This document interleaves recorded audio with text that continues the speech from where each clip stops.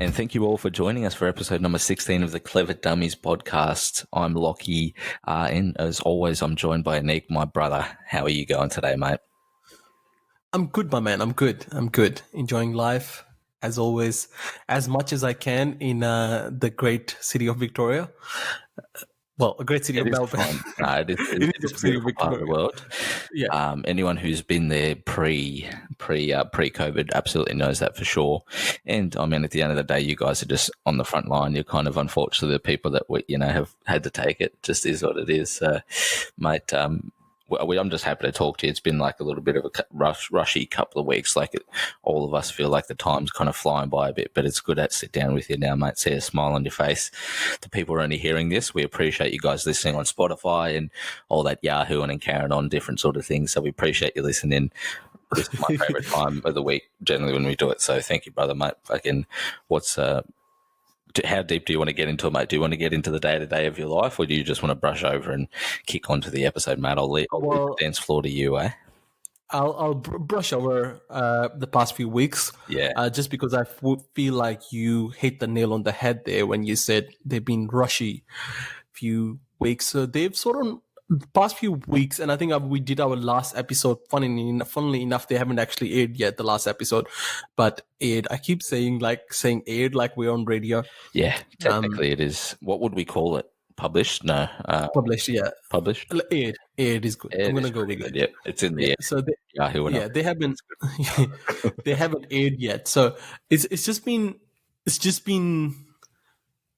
days have been blending for me with all in this one big Tuesday or Wednesday. It just feels like it's a one big Wednesday. It just feels like a one big, hump day. So that's what kind of feels like. True, because Wednesday normally was like not too stressful because you've made it through the hardest part of the week, but you've still got to keep grinding. So it's like a bit of a middle week. You can get on the piss and regret it for the rest of the week, or you can stay sober. That's a great analogy, mate. It is Wednesday every day. People always say what day it is. Fucking tell them Wednesday, all right? We need to spread That's exactly right. What day is it? It's a Wednesday. That's a new thing. # Clever Dummies Podcast, baby. So look, that's the thing, right? And I have been busy, which is good. And I'm actually past few days, I've been in a pretty good mental space. And actually, funnily enough, this new little wave of me being productive started from our first episode on this return podcast for the Clever Dummies. And since then, I've been riding this productive wave, and I just feel in a good headspace. So it really makes you realize something small as doing a podcast can difference it can make to your life. Maybe we could do a whole episode about the benefits of doing a podcast. Yeah, 100% preach. There's nothing better than listening to a podcast and hearing about how good podcasts are. I'll tell you why, because podcasts are actually that good, and you're 100% right. And it's not until you start sort of doing one, even as a little bit of a giggle, you realize how fucking great they are. And it's just because they're bloody great platforms to just chat and speak for an hour or 2 hours and, not be really on our phone or anything like that. So, and usually they come across as better listening. I don't know about you, but I enjoy them a bit more now than music. Like, music will get me going before the gym if I need it, but generally I like to hear people have a conversation. Must be growing old thing, because I remember our parents listening. Totally. My dad, you listening to 2GB in 2GB. Oh, Ray Hadley, 2GB, 873. Yeah. My dad listening to 2GB, and I used to be like, why would anyone in their right mind listen to that? Yeah. But now I get it, right? Because I listen to political stuff, and so it's been those kind of weeks. Politics, mate. Online or TV, like on Insta, or do you go on? I'm more of an online person. I'm an online person, but I try to stay away from one particular source. And I've made a conscious decision to not to mentally subscribe to a person who I get my news off, because I feel like there's like social influence. I'm trying to make my own decisions and judgments, calls on different things. That's a really good point. Say that again, because that's something that a lot of people need to probably hear. What recently I've learned, especially after this, because there's been a lot of theories and different people have different opinion. And what I feel like when people start talking about something, I try not to mentally subscribe to one particular source, whether it be like a radio station or a certain influencer or a comedian per se, like different, whatever, right? Because if you subscribe to one person's mentality, you just start taking in what they believe. And I'm trying to really trying hard to actually look at the truth versus opinion based journalism. Yeah. So what you kind of like to. Like I've found that with Instagram, like if you follow like maybe a political commentator on Instagram, that's usually the most popular one. So they entertain it, but they politically based, like your emotions, and you tend to like the person or you like what they're saying, but you need to separate it 100% because they're two separate things. Yeah. That's exactly right. And I feel like, and that was one of my problems that I found earlier on in the past few years was I was leaning too much towards easy source of information. So easy source of information, I've sort of classified this in my own little Excel sheet, right? I said, clickbait. So, sorry, clickbait. So clickbait, right? So I've isolated so information sources. For example, take this for example. You've got an Instagram post, right? Just with like picture and words on it. I would say that's got about on a scale of 1 to 10, about a 2 validity of how much information that you can believe, because I want to see how hard it was to produce that information, right? So the second one is a video like a more of an in-depth video. Maybe it might be 3 to 4. Then you're looking at a news article, which is like actually like a lengthy news article that would have actually required some sort of research and references. Maybe that's a 6 or a 7. Then you're looking at a like a book, which is probably at a high like 8, because the person would have had actually to work almost a year to write that book in order to validate their opinion. Sometimes longer, right? Depending on who it is. Sometimes longer, right? But that doesn't necessarily mean because you could read a book that's probably just all opinion based anyway. Because most, the point podcasts is definitely sit in between like a good journal article and a book. It's sort of like it's elaborate, but it's not everything, because obviously you need longer. But it's like you can get into these, especially if you listen to a good podcast with an author or something like that, and they explain how they break down like making a book. I've had fucking some really good ones. Probably for sure. Neil deGrasse Tyson. I think he does that well. Oh yeah, he's brilliant, man. So I think podcasts are probably up there because they take effort, and not anyone can just jump on and talk, because you actually need to look at topics and talk about and have some sort of in-depth knowledge to be able to talk about it for an hour. So that's what I've been sort of like categorizing information sources. And the simplest way to categorize your information sources is how easy it was for you to get it. If it just showed up in your news feed, chances are it's already being categorized for you to see. Yep. Yeah, you're getting it because you clicked on something else, and that's part of how the information gets to you in the first place. That's exactly right. Let me give you a small example. Not many people would know right now. Basically, there's a war against Australian governments with Google. I thought it was Chinese and Google. No, I thought it was Australia and the okay. What is it? So Google versus Australian government. So basically, what has happened is Australian media. I don't know the in-depth, so I'm going to be. See, this is what I'm being clear here. Yeah. I don't know too much about it, but what I know is from what I understood. And if you guys, everyone should look into it. See, that's what I'm promoting. Everyone should look into it. What I understood was what was happening there is basically the big network TVs have come together. Network channels have come together. You got the Channel 9, the 10s, and all those, whatever those people are, have come together and asked the government that they deserve to get paid for all the search traffic in regards to the news that shows up on Google. Yep. So, and Google says, well, no. And then Google said, no, you don't, because that's our platform. Yeah. We're the platform. And they said, well, because we hold the content, so we should get paid. And Google said, no. And then they said, okay, well, not only that, we also want the data of our search results, that actually anything that shows up with our search results. A lot of companies don't do that, do they? Yeah. So Australian government asked to Google, said, well, you need to release the data to the media company. Google goes, fuck off. So Google released this public letter to Australia saying that this is what your government is asking. Do what you will with this. And they basically went out public with it. Now, another thing that I would like to mention, though, I've got the letter right in front of me. So what do you think? Where do you think that's going to lead to? Do you think the Aussie government's going to back down, or are we going to see Australia take on something different? I honestly hope that Australian government backs down, because messing with Google is probably a very dangerous territory, and I'll explain why. One of the things that I just realized is, I'll tell you what has Google done. So most of these media companies, news channel, make their money.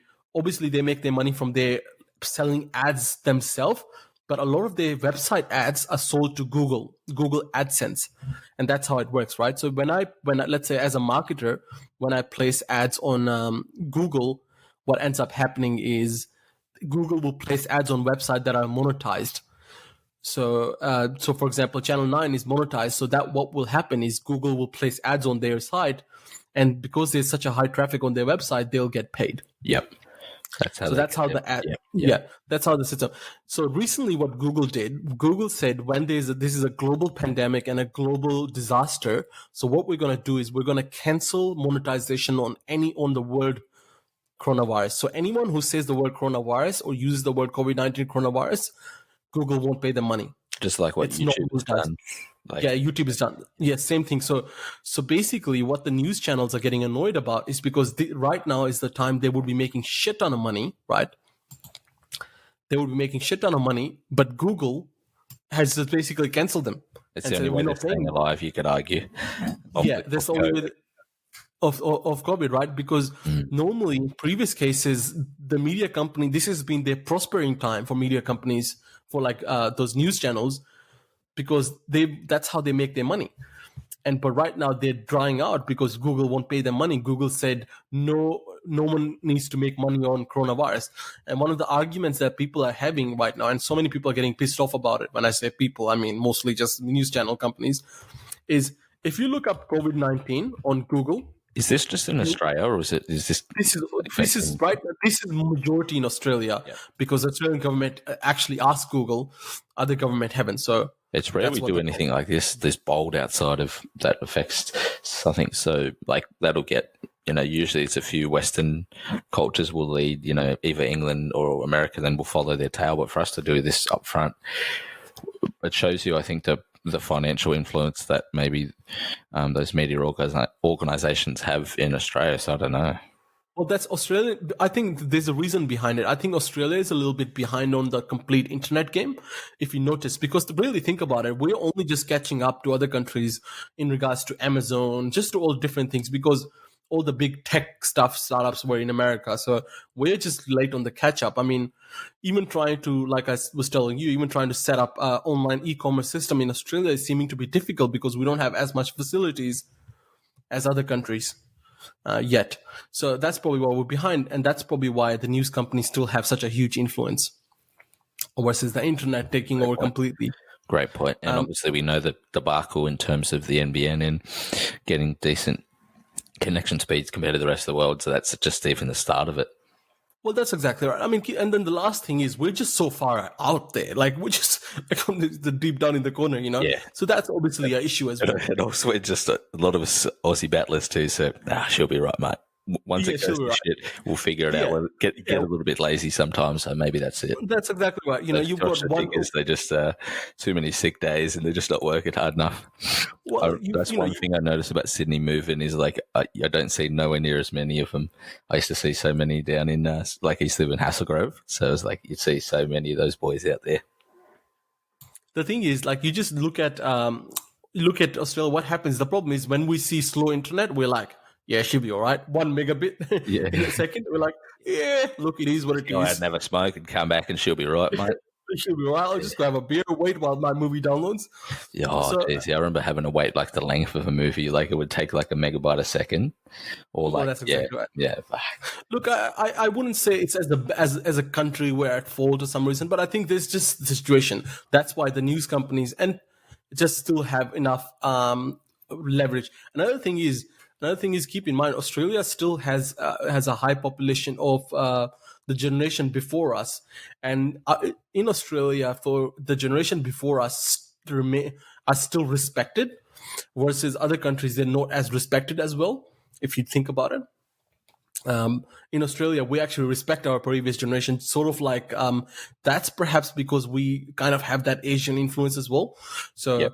We actually Anzac influence as well, Anzac Day, that sort of thing, and just the that it's one thing they have in common is they're like, I guess, obviously seen as elders, but they're seen as the respected people in their community. So they've given a higher value, I guess, in people's minds. So it's that's definitely something that you see change, like the way that people interact with elderly now and everything else. That's exactly right.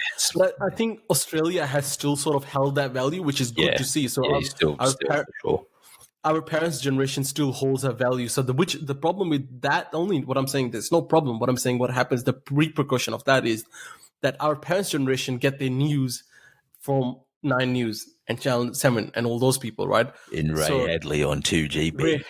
Ray Hadley on 2GB. So, which is why they are still, people like Channel 9 and Channel 7 and ABC are still able to move political power in that sense. Yep. So that's where I was getting at. Now, what my original point was, so if you look up COVID-19, so a lot of news companies are getting pissed off about that, is Google is just giving away stats right on the center page at the main front. You don't even have to go anywhere. You just look up COVID-19, you'll just see the stats straight away. Yeah, they're all, like, if I look up something like stats from certain time periods, stats for whatever individual state, they're all broken down and you can get it pretty much every month that it's going on, right? So straight on Google. So you don't have to. One thing I guess we're in a good position is most of the ones we are getting as government. I'm getting mostly government websites, so not getting a lot of just bloody random ones that can do their own shit. So I'm sure you might live in certain parts of the world and you might get the opposite. Well, that's what another argument Google is having, because Google is prioritizing sites, and they're also pissed off about that. And that's their financial. That's how they make their money again, because that's their business in a sense, right? Like that's their business model. That's exactly right. Yep. That's exactly right. So that's what's happening. So that's a little bit of an update on what's happening out there in the world. So I think the media won't talk about that, obviously, because they want to keep that under wraps. But Google has obviously declared war. Really, I mean. What a segue into would we go to Yahoo or something? Like no, we won't go to Yahoo. I think basically what Google is saying is they will start giving away our data if the Australian government says we have to those people. So I don't know. Have a read of that. So if you guys are listening to this podcast, and that's the base of it, right? So who's the people that are wanting the data? So you got those big news companies. So sure, because that's how they're gonna get it out here. Yeah, the big news companies. Because that sets a precedence, man. Like you can do that now, and other people come in with money or influence, and then all of a sudden your data's going everywhere else. Like, do you subscribe to any mainstream news sites, like internationally, even like New York Times, or have you ever done any of that? No, man. No, I'm honest. It's so weird though, because I might sound like one of those crazy people, but I'm honestly not. I would, if I had a Channel 9 article pop up, I'll read it. But if something I read didn't stick with me right, I will go look it up another way. But I try not to be a fan of a particular news source. Yeah, 100%. And I try really hard, like consciously try hard. And when you Google, how are you wording it differently, or are you searching for certain sites that are got a lot of views and that sort of I'm actually searching for sites like different articles on similar topics, and I'll just normally what I would do, I'd look up something and open like 3 new tabs of the different conversations of different newsmen, see what's kind of more accurate. Yeah, just trying to figure that out, and I feel like that's. I'm not saying that I'm not trying to be a dick or like trying to blow my own toot or toot. Is that what it is? My own horn, yeah, my own horn here. But what I'm saying is like I feel like as public, it's our responsibility to actually try to get the right, instead of just to get the right information. Otherwise, do a little bit of due diligence, right? Like, don't pick the first meal that they give you. Dig a little deeper. That's exactly right. The nutrients are found in the middle pages. That's what I heard, mate. You got to go to 4 and 5. Those independents that don't have a lot of money to advertise, that's where you find the gems. But you also find the conspiracy theories there too, so just tread carefully. That's I was just about to get to that. You don't want to go too into like any just random sources either, because then they've got no validity. They've got all opinion. Yeah. But basically, like, just let me tell you. So if you look up Open Letter to Australia from Google, it's actually signed by the Mel Sylvia, managing director of Google Australia. So that's her name. Shout out so to Mel if you're listening. I'm sure she is. My Google just said, "Hey, how can I help?" They're listening always. So, open letter to Australia says, "We need to let you know about new government regulation that will hurt Australia on how Australia uses Google search and YouTube. The proposed law, the news media bargaining code, would force us to provide you with dramatically worse Google search and YouTube." Anyway, they go on. So look it up. Quality of the service, right? So they're not going to quality of the service. Yeah. Yep. So they're taking it pretty seriously. I mean, like writing that kind of letter to a whole country, you know how serious they're taking it. How close it must be that it could happen too. They're like, this is like, and once this happens, like, yeah, fuck, man. Yeah, so that's something to think about. And obviously, news media won't tell you about it because they want this one to under wraps. Because otherwise, people like Google, they don't like news companies. Anyway, this is kind of business news, which kind of brings us right into the. I think with perfect timing as well, kind of brings us into the topic at hand, which was, I guess we'll have to fly through that one today. I guess. Yeah. Nah, that's all good, mate. It'll fit through. All right, I reckon. And I guess kind of just off air as we're kind of catching up a little because it's been a little while since we've talked.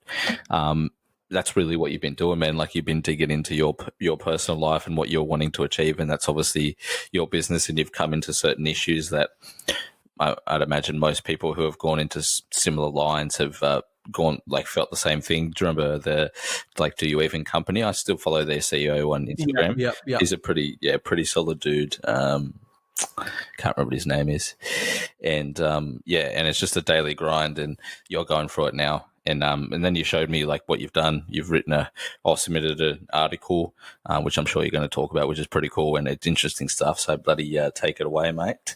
And just sounds speak from the heart, my friend, mate. You don't have to be too by the book, all right, mate. On the Clever Dummies podcast, we've got free roam, mate. We don't need to hold back, all right. So if anyone's selling you short, mate, we can call them out, okay? Sounds good. Let's do it. Okay. So obviously, working on business, and I think this is something I've learned about myself in this particular lockdown. I guess you learn a lot about yourself when you are doing minimal stuff, and you're doing stuff and not really, you're not really engaging with other people. So I've been right now I'm sitting on my desk where I work and talking to Lachlan. Basically, that's where I've been sitting most of the time, spending most of my days here. And I've been just tinkering. And that's the word that I've been going for, is tinkering. When I say tinkering, I've always been a bit of a tinkerer, where I just kind of play with different things, read about different things. That's definitely what she said. I've always been the kind of person who looks at different things. Like I've never been, pretty much what has this been the theme of this kind of podcast, I've never been the kind of person who sticks to one thing because this is it. Like I never commit, and it's not that I have a commitment issue, but I just like seeing different things, what different things play out. Yeah, we're not going to bring out the relationships yet, mate. We've got to get a little bit deeper down the rabbit hole. That's exactly right. We're going to bring Charlotte. Yeah, we're going to bring Charlotte back. Oh, mate, she's going to have to part 2. That was one of my favorite episodes too. I think it was like episode 9, something like that. Go back and check it out if you're listening and haven't listened to it. That was a really good episode. And what was it? It was on like relationships, love, sex. So all the juicy stuff. And she's such an intelligent person, so it was really good to kind of get like. I was actually talking to her. Right? Yeah. Yeah, I was actually talking to her about coming back on the podcast. She's pretty keen, so I might bring her back next week. Yeah, that'd be a mad one to bank up. We can just shoot it out like a Monday or a Wednesday or something. Hump Day? Yeah, we'll release it on Hump Day. Yeah, sounds good.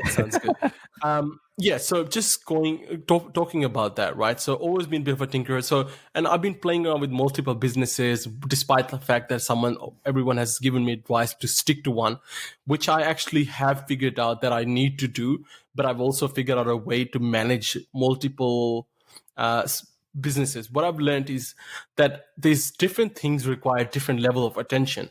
So despite the fact that I could focus on one business, but if I focus 100% on one business, I would be just sitting around doing nothing. So which is fine. So that's why, for example, Bombay Box doesn't require 24/7 hours of attention. Bombay Box is more of a management once you create the company, right? Yep. You just kind of get your messages in, you make sure your Yeah. auditing's on time, just kind of like manage it from that perspective from there, right? That's exactly right. So, and I was thinking a lot about it, and I was like, what have I really, gathered from like past few, like, I think I've been around business, in and around business. The word that I've used is for almost for 5-6 years now, right? So whether I've started working at a company, I didn't really work direct in like 9-to-5 jobs where I just directly did like admin. So I've always been more like businessly involved, which I've been lucky to be involved. So shout out to Alan for that, because he was the person who kind of like kept me involved. Absolutely. Legend, yeah. right? You're kind of a mentor in a sense, right? Like he someone you need. 100%. Yeah. He's 100% my mentor. I think he's probably the only mentor that I would. That's the hard thing. I've got a few mentors, right?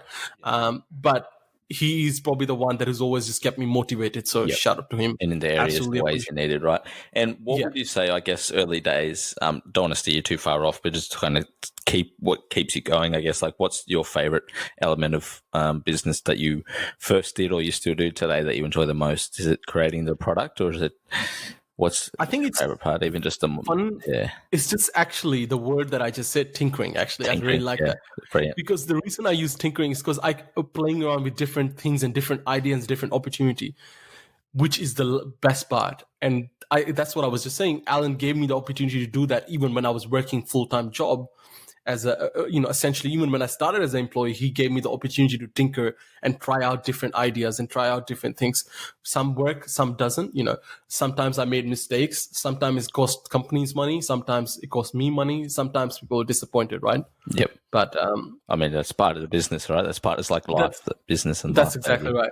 That's exactly right. So, and I think that's why this podcast was going to be. I wanted to talk about the lessons I've learned so far in business, right? Yeah. And this is going to be a pretty clear podcast because I've got them listed out here. So I think there's actually an article that I wrote about it as well. So we'll link this in the homework section on our website, which is check it out, the cleverdummies.podcast.com. Awesome new website. Love it. Still in love with it so much. Clever Dummies Podcast, 100%. Give it a little search. Just check out. It's amazing. Just seeing it on one there, mate. It's like having that vision. It's like a vision board and having something up to something that we're proud of too. So yeah, give that a go. Obviously, our Instagram coming along nicely too. So mate, it's all things happening. But yeah, we've got a special place in our heart for that bloody website. So give us some love, baby. Give us some love. Yeah, give us some love.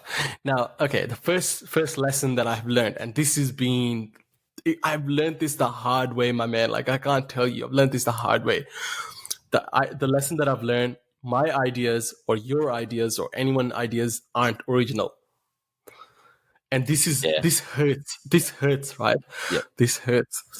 The reason I say that is because and this is what I said. I say, if I had $1 for every time I came up with a groundbreaking idea that was going to change the world and that was going to make millions, that was going to make billions, if I had $1 for every time, I would actually be Jeff Bezos and I wouldn't have to worry about working anyway. Do you know what I mean?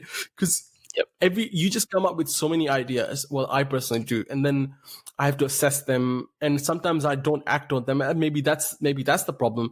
I think the key is it doesn't matter what kind of idea. It's rare though, like, because there are so many things, right? Like, and when you're really going to that place, like, there's so many things that come up. So you do definitely miss that opportunity, and that's why it's important to take them. But it's also important too to not go too crazy on one. Like, get the right people, have like an Alan, or someone that you know or trust, or someone that's built a business, even if it's like a local tradie or someone who's an accountant who knows what it's like to run a business. Like, do that process first.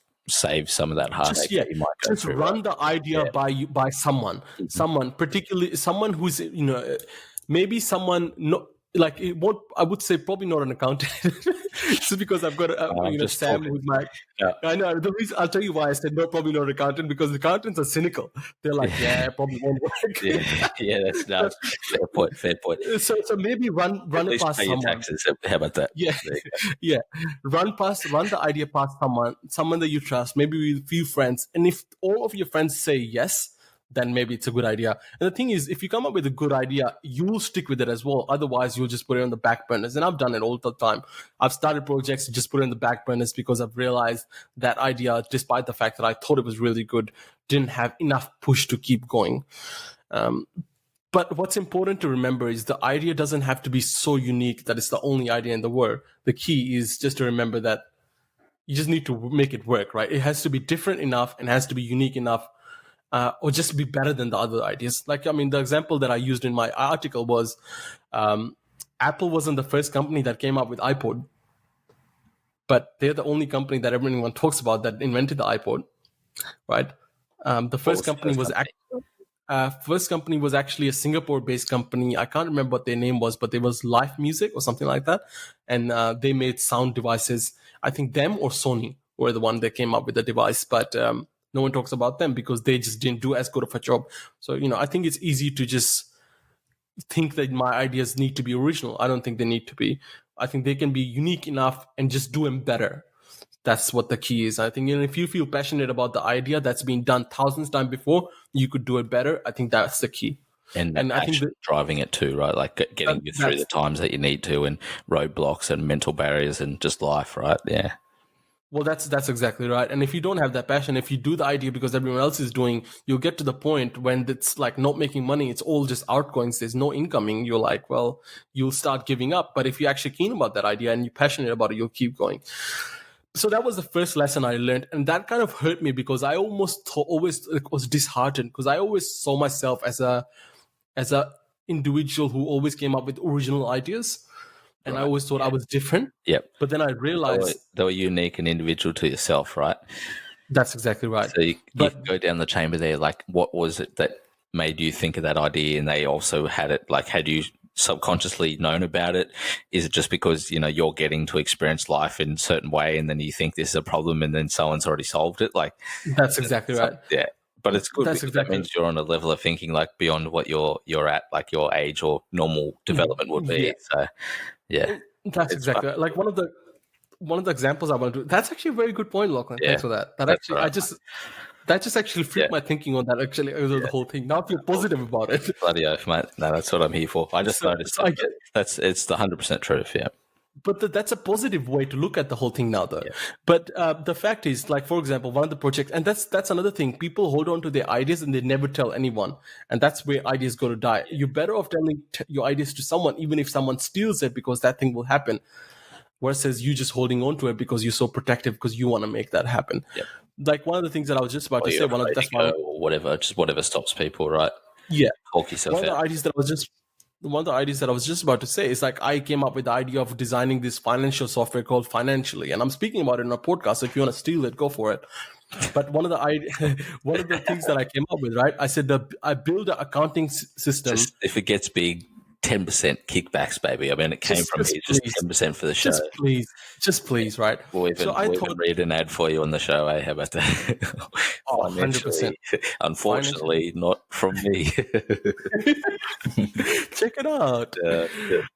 So Financially was the software I came up with, which is a software. So obviously companies use accounting system and they have business plans for a business, right?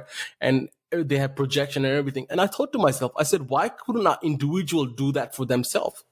Like, why couldn't we come up with a life plan and we come up with like a 3-year life plan, like we do a 3-year business plan, and the way we do accounting for a business, why couldn't we do it for personal? Yep. I was like, well, that's a great idea. One should do it. And then I started looking into it. I realized how difficult it was to make the software itself. And second, someone has already done it. Someone's already checked it, yeah. Someone's already done it. There, right? Yeah, not many out there, but someone has already definitely done it. So if you can figure out a way to do it, like competition's always good. Happens with like Afterpay now, ZipPay, everything else is out. Like that thing will push hard. But Afterpay started it, yeah. That's so right. the idea is like no idea is really original because there's almost 8 billion people in the world. Someone's already thought about it. In fact, I can guarantee you there's already someone younger who's 10 times smarter than all three of us combined. The third person being the one who's listening right now, and me and Lachlan combined, smarter than us. Is probably 13-year-old, lives in somewhere in India, doesn't have breakfast, and he's still smarter than us. He's already come up with everything. And he's got a python in his trousers. That's exactly. So look, that's the reality of Clever Dummies Podcast, also known as the Clever Dummies Podcast 18+. There's Clever and then there's the Dummies, mate. It's a 2-piece set. That's right. It really is. So look, that's the first lesson, and that was a hard one to learn. And moving on to the second one, once again, I think the reason all these lessons are quite painful for me personally, that's why I wrote them out. The second lesson I learned, and that's what the lessons are always, if they're painful, and I'm going to skim over this one because this is, I think most people know this, and I think I was the one who was a little bit more like, oh, I need to do everything. So the second lesson I learned was, you don't need to do everything on your own. Like I thought, and I still do sometimes. I was like, I'm just going to do everything because I will do it better. I'm going to do it, and to the point like creating logos, the things that are not even my field, I will try to do because I just think I can do it better. Some in your head, you know what you want, but it's putting that into practice. That's exactly right. Like, and doing some things, but I realized over the years, like I could probably spend my time better on doing one particular thing, like a different thing, than actually doing something that I have to learn, then to do, and then to produce a product. I could just give it to someone. Like something small that I did a few days ago, there was a logo that I was trying to get done for a first client, right? And I was just trying to do it, and I got really, I was like, man, I think it's probably better if I just get someone else to do it. So I just paid someone on Fiverr and did it. And like they did a brilliant job, and they did a way better job than I was doing. So what software were you using? I was using Illustrator. Okay. Yeah, Illustrator. So yeah, like I guess in the business that you're running now, the businesses that you currently are, what are the areas that you've delegated so far? Well, I'm taking the stress off, right? Like, what are the areas that how much of that if you put into practice for yourself? Well, I'm trying to outlay most of the content creation and most of the content ideology and the look and feel of the brands to Terrence. Yep. So that's one thing I'm doing. So I'm really trying to let go of that. And that's that's like visual imagery. That's marketing in a big part of it, but it's also like the feel of the company too, and like almost it's just the mouthpiece of the company, right? It's the external. That's exactly element right. That attract people, get people interested, and also provide quality. Provide the quality. That's exactly. And help assist 100%. Shout out to Terrence, of course. Shout out to Terrence, and he's got a better visual eye than I do as well. He's got a better way to see images and photos. So it makes sense. And then so I'm trying to do that. He's got some bloody witchcraft under his eyes, mate. He's got some super things, mate. He just picks things up, doesn't he? Goes off. He's a genius, man. From Terrence, mate. Oh, jeez. I'd love to have him on here. We should just get him. On the fishing line all day and just try to G him up, mate. Once he comes out of his show, I love the man to death. So share it. He's a good man. A few loyal listeners. Anyway, sorry, I keep fucking steering the ship off. No, that's fine. That's what we want. For sure. And then that's what I'm trying to do. Another one is I'm trying to let go and outsource a lot more the things that I'm having difficulties with. So as well, so which is whatever may be. Like for example, I'm trying to build a website and I need a custom work done. Instead of trying to find the code and trying to code it myself, I just outsource it to someone that's what they do, like, custom work. So I just get someone else to do the custom work and just pay them. And like, it's just the time I spend on trying to learn how to fix something is way more, it was better spent on doing the things that I'm already doing and actually hanging out and doing podcasts and talking to friends and all that kind of stuff. So better for your life, makes sense even financially too. You can that's exactly right. Not spread yourself too thin because it can lose some of that creative direction, right? A little bit if you try to do too many things at once. Like you spend a lot of mental energy, and then you kind of need that for your tinkering. Like you need that mental expenditure to be able to use it. Yeah, because I want to be able to, and that's exactly right. And I need that time to tinker. Otherwise, I'd just be doing stuff and I wouldn't experience and come up with new ideas. Yep. So, and like another thing I was just gonna say, and the other people at Terrence is just literally more skilled than I am in imagery. So I'm just not good as he is. Not because I can't be, it's just because he's spent more time on that, learning that. And I've spent more time learning, X, and he spent more time learning Y. So that's what it is, and actually empower him to do that because he's there and that's what he does. So you tend to lean towards what sometimes comes more comfortable, right? Like if you find you have an interest or something that you find comes a little easier to learn, you might go there. And that's exactly right. Yeah, that's exactly right. And now this one is the one that I think people are going to get pissed off at, especially some of the people. I don't give a shit. This is what the hard one learned. So I don't give a shit about this one, right? All about the reason this is the reason I mentioned this one is because it just pisses me off. Fucking passive income. Everyone talks about it. Passive income, right? Oh, get yourself a passive income source, income stream, passive income. Passive income does not fucking exist.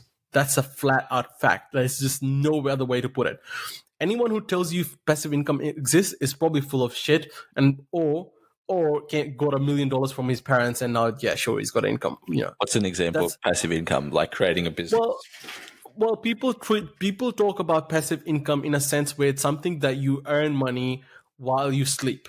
Is what the example they use. Yep. My problem with passive income is defining. When you define passive income that way, you say, well, you don't have to do anything. You just set it up once and that's it. And a lot of people treat that as like, oh, start an Amazon business. I'm sure you would have seen all these ads and you got all these online gurus selling these courses. $300 courses down to $39.99 thinking, they're using those old tactics, man. It's like they don't change at all. They're still using that same bullshit, salesy shit, getting people in. That's exactly right. And that's the whole thing. Like, watch this video till the end if you want to find out how to make $10,000 per week while you sleep at home. Sign up to my course to learn more just for $399, which used to be $699 just for you today, because I know you're different like I am here in my garage. Oh, you thought about it. Yeah, here in my garage, exactly right.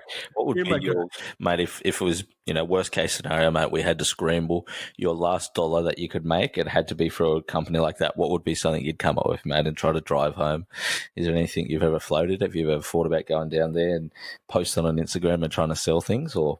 Nah, I couldn't do honesty, that. Yeah. Too much integrity, bro. Too much integrity. And another thing is, that's not how I want to do business.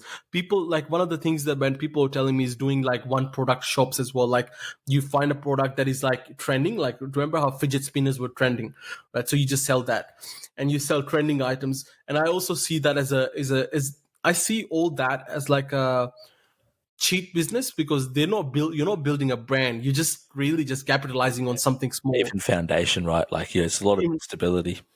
Yeah, my goal is to build a powerful brand, and like something like, Apple or Google or something like that's my goal. That's my goal. So I can't really waste my time building those little tiny, something that makes me $10,000 in a week, but that's about it.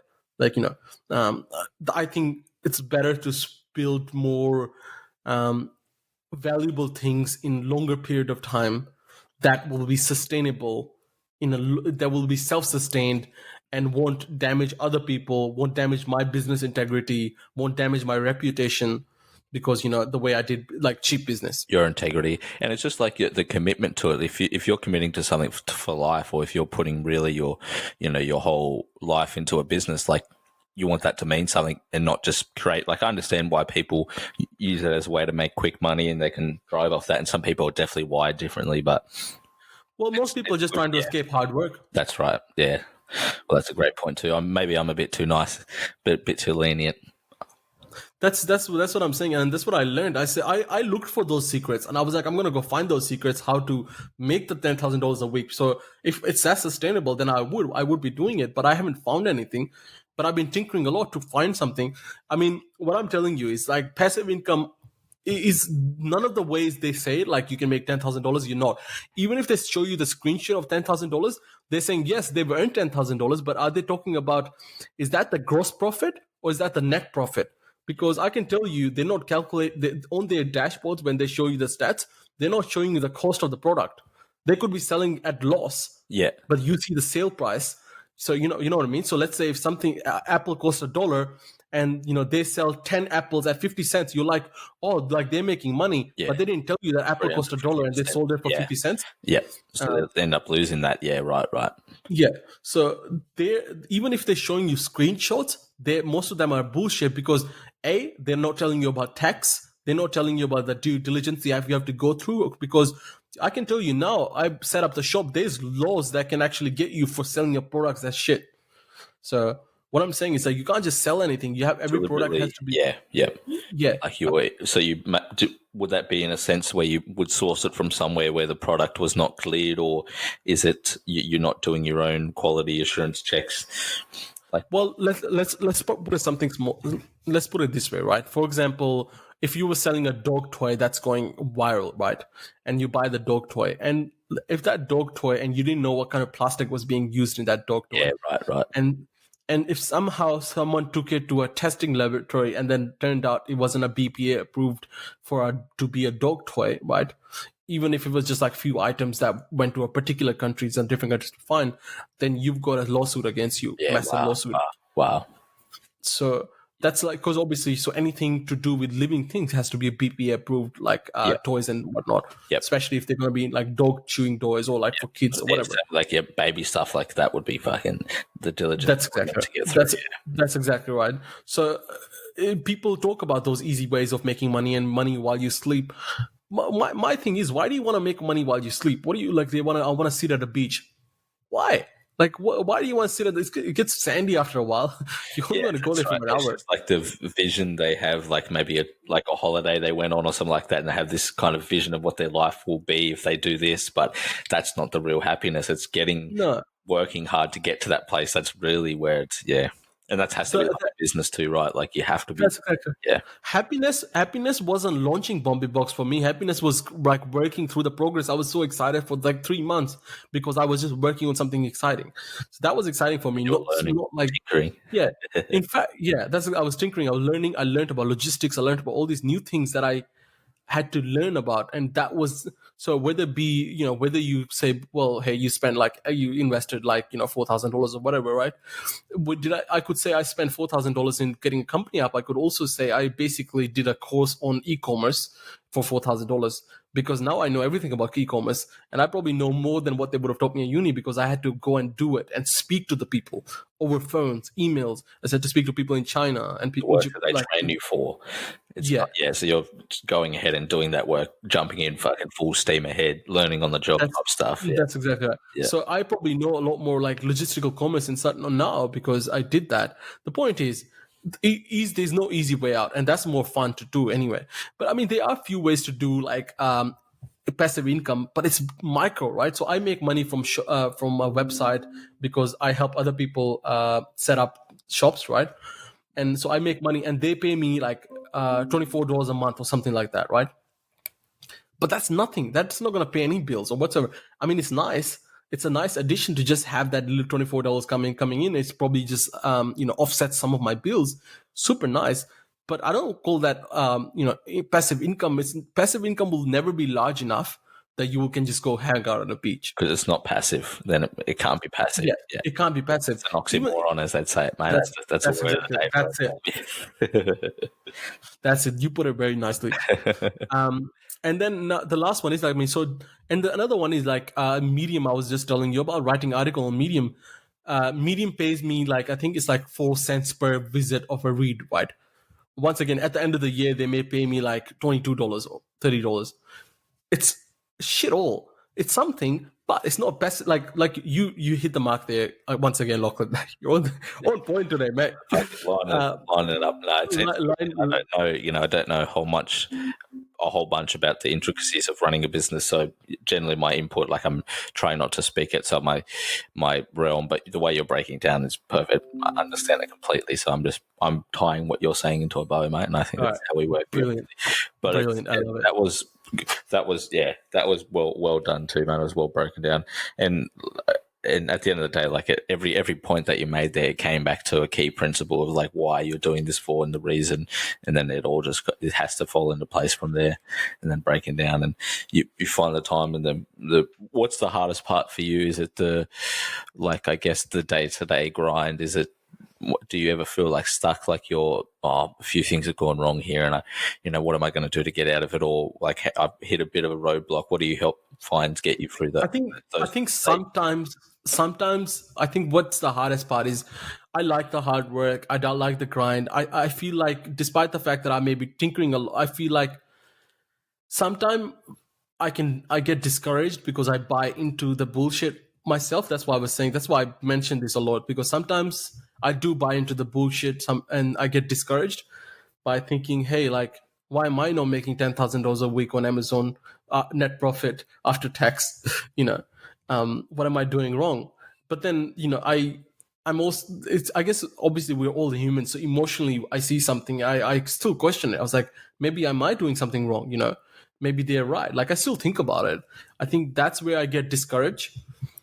That's probably a downfall of my own. I think I'm still working on that. But I would look at something, I would get discouraged. I'm like, well, taste of fulfillment or success a little bit. Yeah. That's what those ads promise. That's what they generally are promising, those quick results or ways. That's exactly right. Thing, and it just takes the realism out. And even though you know that's not part of the process, like you consume enough things, like it's interesting how it can still have an effect on you, even though you know when you know it's not real. Like it can still, in some ways, like I find I'm pretty impatient with a lot of things. Like I know I need to go through the process and knock it out, and sometimes I find it hard. Like I'll have moments where I'm like, where I'll question it for that reason. And and it's just important to reiterate that point that it needs to go down to the process. That's what you're doing it for. And the results, like those little moments, are sweeter when that process is fucking pure. Well, that's it, man. That's actually 100% on point. And you're right there. And like same thing with fitness. Like some people, they promise you quick 6-minute abs. It just doesn't work. Like, you know, you're never going to get abs in 6 minutes, and you know it in your core as well, but you still try to believe it because you just in case. What if just in case, it's a dream. It's like that. Yeah. That sales. That's the brilliant psychology of fucking sales, isn't it, mate? And the saddest part is, and I work in marketing and I still buy into the shit, and I know how they're doing it. No, exactly. Yeah. Yeah, I know exactly what they're doing, but sometimes it's still easy to buy into the shit. But but that's what I'm saying. That's why a lesson that I learned, and it's good for me to remember. And that's what I was saying about these podcasts. When I vocalize it, and I just actually really I think this could have been the moment it just set into my head. Right. Yeah. Yep. Yeah, reiterate when I put it out there in words, because this is something I've never really said something out loud to someone. Yeah. I think this is the first time I'm discussing the lessons that I've learned in business. Yep. Because most of my you write this. I know you published it on the 17th. I think I wrote it a month ago. Okay. I wrote it when I finished Bombay Box. Yep. So last month. Oh no, not a month ago. Sorry. When I finished Bombay Box actually a month ago. I didn't launch it till after because I was waiting for a few things to done. So when I finished everything on Bombay Box, beloved Terrence, the soldier. Shout out to the mate. We can always open up 51 minutes in, mate. We're allowed to. Yeah. It's funny, the old habits of radio. I might don't mention it. Don't do it. Or you do that. So great, like the flow that you can get into podcasting, where you don't have to throw a song in and all this other shenanigans. Like it's just you just go much deeper. You don't have to, like it's like watching TV compared to radio, right? Like you don't. They have to talk so fast that they just have to knock it out. We're podcasts and we're breaking shit down and can do that. So, yeah. That's right. It's the long form. It's the test cricket of the information. Pure. Test cricket of information. That's right. That's right. And if you know anything about us, we love test cricket. Those Boxing Day tests, my man. Oh, nothing like it, mate. MCG, favorite. MCG. I'm so excited for this year Boxing Day. You got your new presents. You got your new presents from Chrissy, and just fucking happy as. And I think life's going to be a lot better then, mate. It's a long way away in some regards, but it isn't, mate. It's already August, 21st as we're speaking today, so it'll be here soon enough. And that's exactly what you've been hooking into. Look what we've done over the time, mate. We tried our best. Abby's always going to be a little COVID baby, mate. So it is what it is. Don't tell her that. Yeah, it's funny, and it's just like getting into it. Like you want to know what's going on, but you know how it, and the sort of bloody stress that it can bring. So it's just about managing that as well, and making that realize that's part of the process. And it's very well. That's it. Well, I talked to a lot of people about it too, so this is my one chance to as well. So mutually. This is what we're all about on the podcast. Yeah. Which brings me to my next lesson, which was you don't need a lot of mentors. You don't need many thousands of mentors. And this is a hard one, right? Because I just said when I started this podcast with saying Alan has been a great mentor. And in fact, I have few other mentors, people who have like mentored me on different things and given me, it's hard because you could say, hey, like, technically speaking, Lachlan, you're my mentor at the gym, right? So it's hard to say like, oh, that person was my mentor. But what I find, the reason I listed this, once again, is because what you see on social media so much. Everyone says, get mentors. What I'm trying to say is, once again, with the whole getting mentors thing, all I'm seeing is people trying to escape the hard work and trying to find the secret that someone will tell them the secret to do something. So, they don't have, and then they'll just get to the end result. So everyone is just trying to skip to the end of the movie, trying to find out what happens at the end of the movie. No one's trying to watch the movie. Imagine if you went to watch, the Avengers Endgame, and you just found out like at the end, like what's the point? Yeah. So that's the whole thing. And I think I find those people who basically literally copy and pasting from all their mentors exactly how their mentors were are like not innovating. They're just copy and pasting, So I guess the idea there was to like, I think it's yes, it's good to have mentors, people who can show you the way, but I think there's a little room for making mistakes and learning the lessons myself. It's actually a pretty good thing as well, because I would have not come to this conclusion if I did exactly, because I'm sure, talking about Alan, he would have come to this conclusion himself, right? Similar conclusions, or like, sure, you did come, like, just like how you told me about different gym things, you would have came to these conclusions as well. But, maybe sometimes it's better to learn some of them on your own. Yeah, get Not shown all, the some. basics. So you get clouded, if you're really unsure of what you're doing in any situation, you can get clouded sometimes, and you're not going to be as effective. So you need like the basic guidelines. You need to be shown how to move a weight and not drop anything on your head, and, not kick your feet on the way out. And then you have to take over from there, because it's got to be, it's just like introducing you to a new friend or whatever it is. Like you've got to do the rest here, and that's what a good mentor will do, right? And then they'll push when they need to, and then they'll explain when they need to, and then that's why, yeah. And that's why I bring back this to Alan, because I think he's a good mentor, because he's never given me boundaries, if that makes sense, right? He's given me framework to do things, but he's never given me boundaries. Now that I think about it, like that's what his style has always been. He said, "Hey, we should do this," and then like the other day, he had this long conversation with me, and I just realized this now. He had this conversation with me about building this whole new system, and after talking to him, and I started tinkering and looking at what he talked about. And then I found myself, I was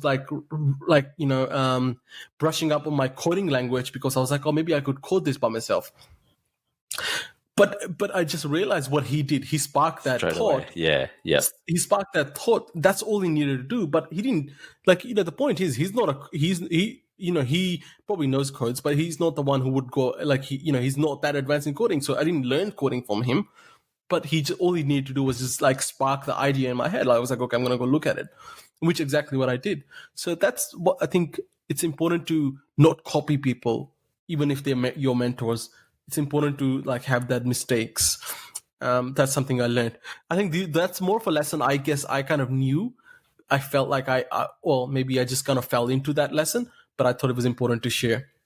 Yeah, that's always a thought. What you're learning off the times when you fail or something doesn't go right. That's where you're really learning, right? Like because you need to get better, you need to improve, and that's how you get better. So, very good, mate. Very good. That's right. I will share 3 more lessons, and the second one is going to be just a quick one. Yeah. Become really good at Excel.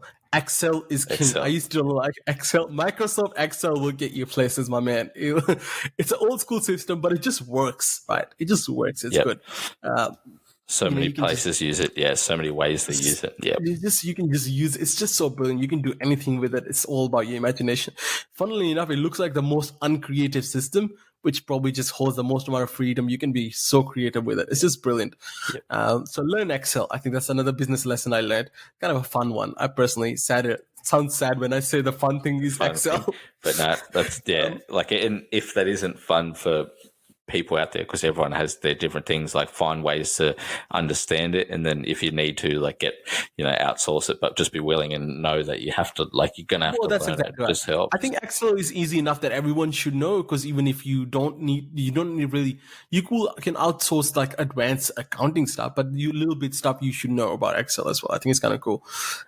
Even like Lachlan, you could make like all your training documents there and all that stuff. Well, like, so kind of cool. That's good. Yeah, and I have it all on the phone too. Like now that Microsoft has it all, it's just so much easier. Yeah, or Google Sheets. Or Google Sheets is exactly the same as well. Because you can share those also as well. You can have that with someone else and just keep adding to it, or do Google Docs. No, what is it where you can? It's like it's Google Docs, right? Where you can create a document and then invite someone else in, and then you both Google Docs, Google Drive documents. Yeah, all the Google apps are like that. They're brilliant. Now, this is another one. Communication is key, and this is I do suffer with this as well, and this is a learning lesson because you can get screen fatigued, and sometimes you're almost like scared. No, you get anxiety, and you try not to answer calls because you know you haven't finished the project yet, and you try to avoid like looking at it because sometimes you dread the fact that you may not be able to finish the project. Anyway, this is an important one. I think whether you're like, let's say if you make mistakes, we're all gonna miss. Like I said earlier, I've made mistakes and I've said sorry, and I think one of the things that I learned that I've made mistakes over the years, but I've truly been apologetic and like come clean with my mistakes. Yeah. When I've known I've fucked up, like I've come clean. Like, I've like, look, I fucked up, right? So I think that's one thing that's been nice. But I think that's important to actually be transparent with your clients, with your friends, or like in business. Like it's important to have those communication is really important. I think less you talk, more mistakes happen. I think most problems in business can be solved by just having a conversation. Communication. And not by an email, by a phone call. More importantly, I think but document it down, write it down. That's right. Yeah, and particularly because if it is a good, if it is a good meeting, like you do generally start to flow on and go into a lot of different things, and at least try to keep some of that locked in. Some of that brilliance needs to be captured away, and that's what we we're talking about before, like just being basic documenting, even having a sheet, like having something a little bit to write into, something to help out, and that's obviously going to help you with your business journey, mate, because you've got to hit those little moments. It's like training. It's like anything. You hit those plateaus, and then all of a sudden you get a spark, you get a rush, and just fucking stay consistent, right? Stay consistent. That's probably another one. That's exactly. Well, stay consistent. I've got another one. How long do you have to? Can we go through all of them? Yeah, of course. Sounds good. All right. Well, we'll try. I'll try to fly through this. All right. Yeah. So then this is communication. So that was a quick one. Another one, which is kind of once again the sad lesson that I had to learn, and this is a hard one, right? And the lesson was not all your friends will support you.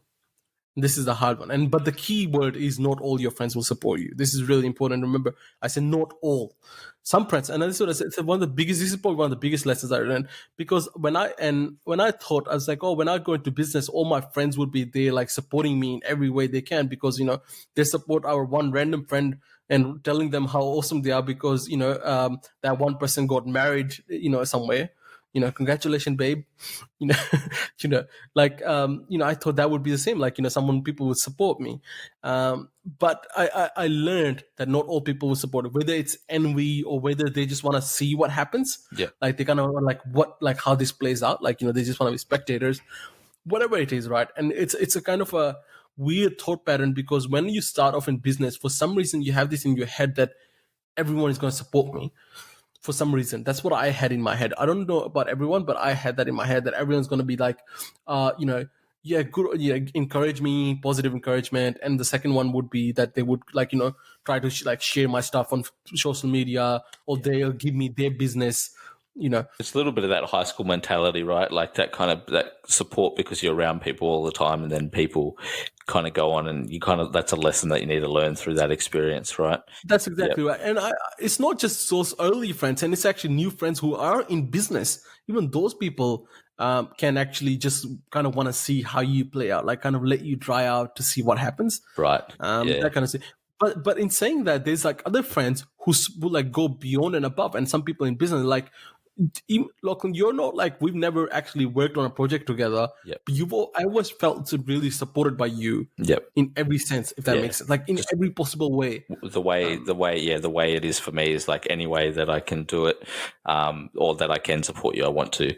And like if I'm able to, buy anything off you, or if I'm able to share like any little things that a lot of people might oversee, and I only realize because I love you and I want to do anything. Like it's just the basic stuff, man. It's all little 1%ers, right?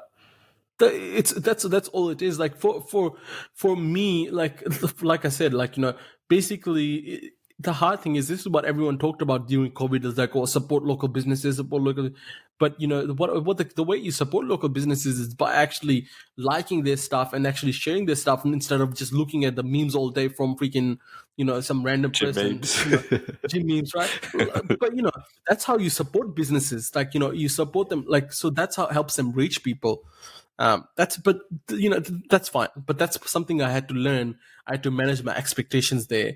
But in saying that, I felt like I got more from almost collectively, which I thought would get from some people, just from a handful of people. So that's important as well. Yeah. Like I said, like you, Alan, Terrence, my parents, those people, like, like those people who supported me in a way that I was like this, I didn't even expect anyone to support me.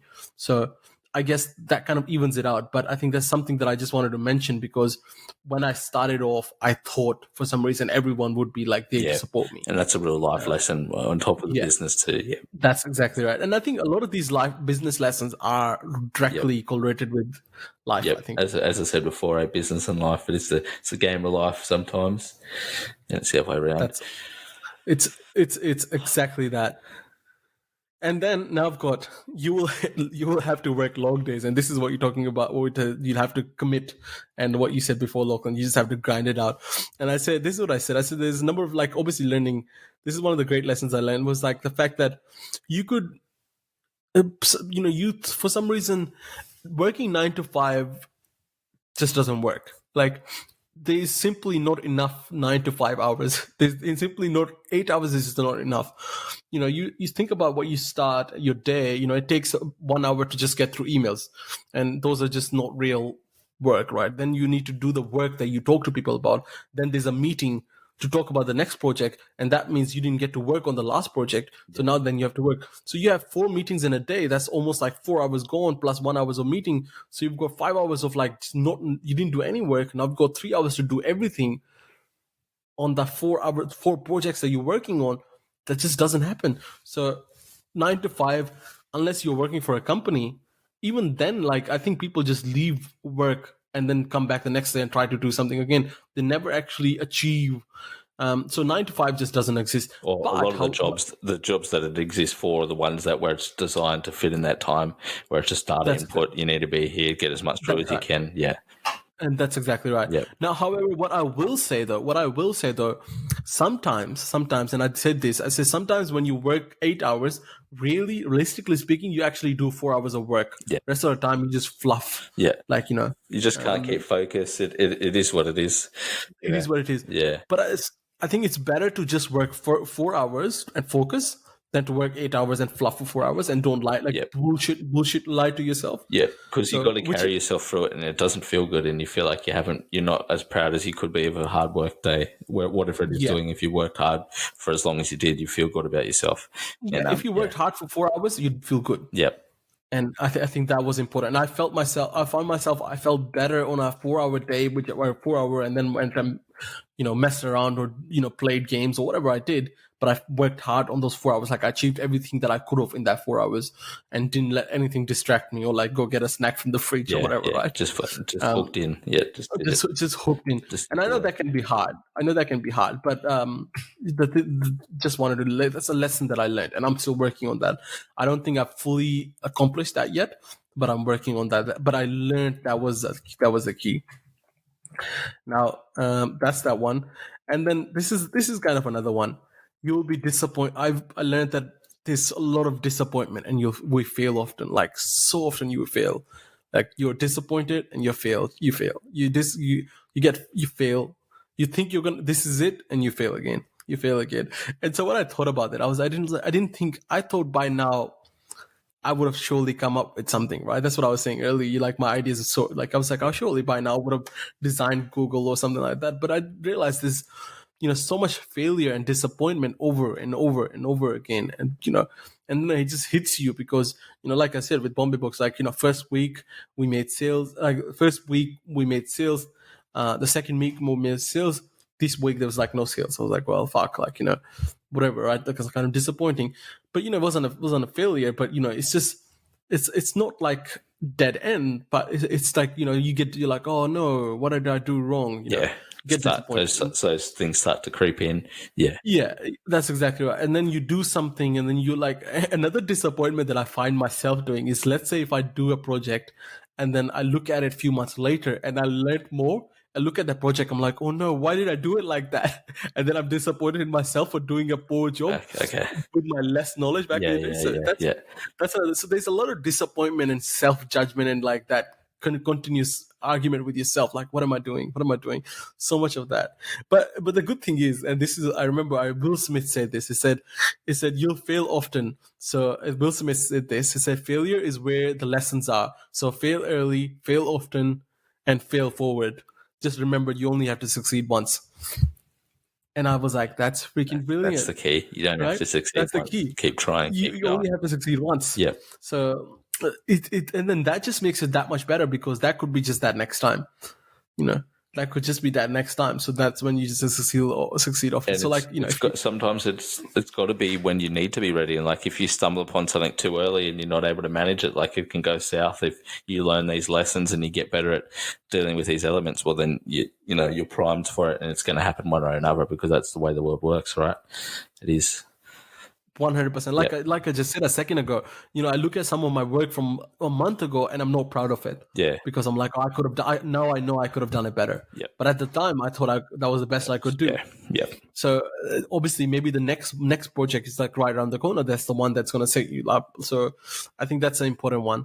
And last but not least, and this is the one I learned, it's need to find time to really enjoy myself. I think these conversations, because like I see this podcast as like that cross between business and social kind of situation, which is super important. And I really like, even with my clients, with my friends, with the people I work with, I always try to keep a light-hearted communication, because a lot of people I find in business could be very like blocked off, like it's like business and serious, very suit and tie. Yep. Yeah. But what I find is like you need to find time, like you need to laugh, because everyone thinks like, oh, you go your life and then you go work life. I think it's mostly like it's just life. There's no work life, like work life balance. This is like life. So you need to laugh at work and at home. So you need to enjoy yourself. Like if you're at work, make friends. So that's what I find weird about. They said, oh, don't build a relationship, like don't get involved. I know they talk about like don't date your co-workers and all that stuff, and like don't become too best friends with them. I find that quite odd, because when we are at school, as our friends are our class fellows or whatever classmates are technically our colleagues, so to speak, but we become best friends with them. We date them.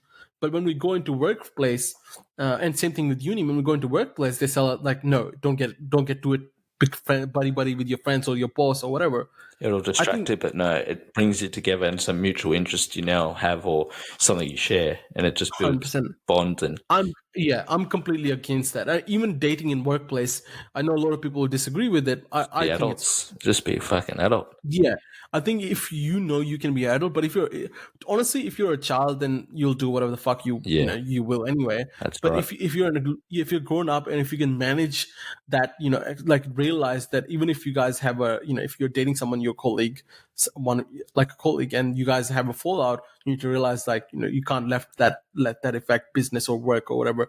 But I think you need to realize your work, you're going to spend majority of your life at work or like working, right?